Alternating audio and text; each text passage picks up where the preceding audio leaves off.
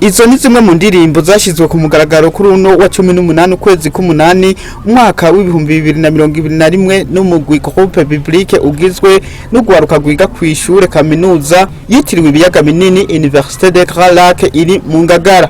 Uburamutse uwo mugwi Eric Nduwayezu aravuga akamaro k'ibikorwa batunganya n'ico bahamagarira abandi gufasha. Icyambere na mbere cyatumye dukoranira ngaha kwa guhimbaza Imana yo mu ijuru kuko ni navyo bikorwa Imana yaduhamagariye gukora nkuko mutubona.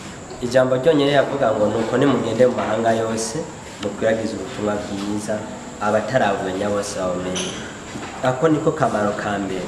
Nitwifuje kubwira ubutumwa ababo mu campus gusa. Twagombye naho tudashobora gushikana amaguru canke amaboko mugabo bigere hirya biciye ku buhinga butandukanye nka WhatsApp, Facebook n'indi mihora itandukanye. Ibikorwa bitegekanije gukora uyu mwaka sibike. Icyambere na mbere cyo ndatumiye abantu bose itarike 16 z'ukwezi kw'icumi biko turategura igikorane kidasanzwe kandi gifise ingufu zidasanzwe.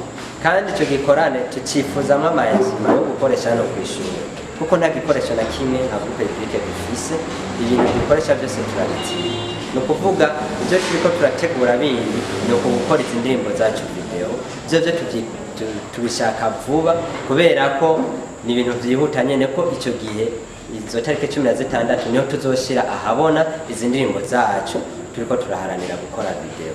Ari nayo mpamvu ntera kamo aho hirya no hino mu gico mudufashije kugira ngo dushishikane gutera imbere mu mwami n'abarijya hose bamenye ko gutegekera hano iri grafone. Nayo kubw'umukozi w'Imana yari yatumiwe mu ishigwa ku mugaragaro ry'izo ndirimbo Pasteur Minani Sylvestre wo muri zone Buringa commune Gihanga mu ntara ya Bubanza aravuga intumbero y'ijambo ry'Imana ry'urufatiro ry'uwo munsi. Umfatiye ku ijambo twashikirije kuno munsi ririya jambo twasomye mu gitabo cy'ingoma ya kabiri 29 ku murongo wa 3 ni jambo ritwereka umwe mu Rwanda cyangwa umunyaraki muto cyane yakoreye Imana imwibukira ko ashaje cyane kubera ubwitange yagize. Nateye intege ugwaruka kugira ngo ntibakishe ubusa umwanya kuko icyo kintu cya mbere kizimvye bakora Imana kuko biracyashoboka kandi Imana nayo izogenda bakorera kuko Imana yakunda umuntu ayikorera. Umwe mubo muri Eglise Catholique Saint Michel yari yitavye iryo koraniro akavuga ko ashimishwa nuko abo banyeshure bagiye hamwe ngo ivyo rero bikazotuma bateza imbere no gukorera neza Imana. Bamwe mu bagize uwo mugwi n'abari bitavye ishigwa ku mugaragaro ry'izo ndirimbo bakaba baratanze ubufasha n'ibindi biyemeje gutanga ngo kubwira ibikorwa byawo bize bigende neza.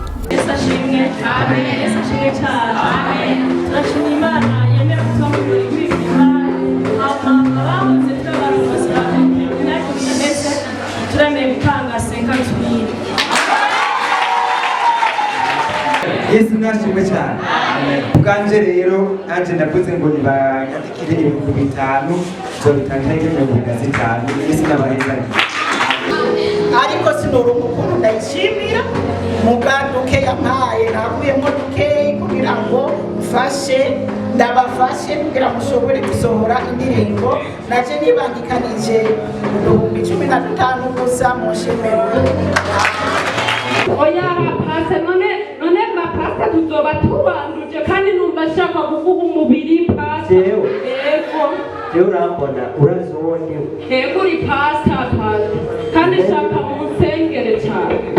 Kamanda gusenga. Oya pasta ingenda kongorera ibindi bintu. Pasta. Oya hajya sinari wari kubyumva pasta reka nakwe.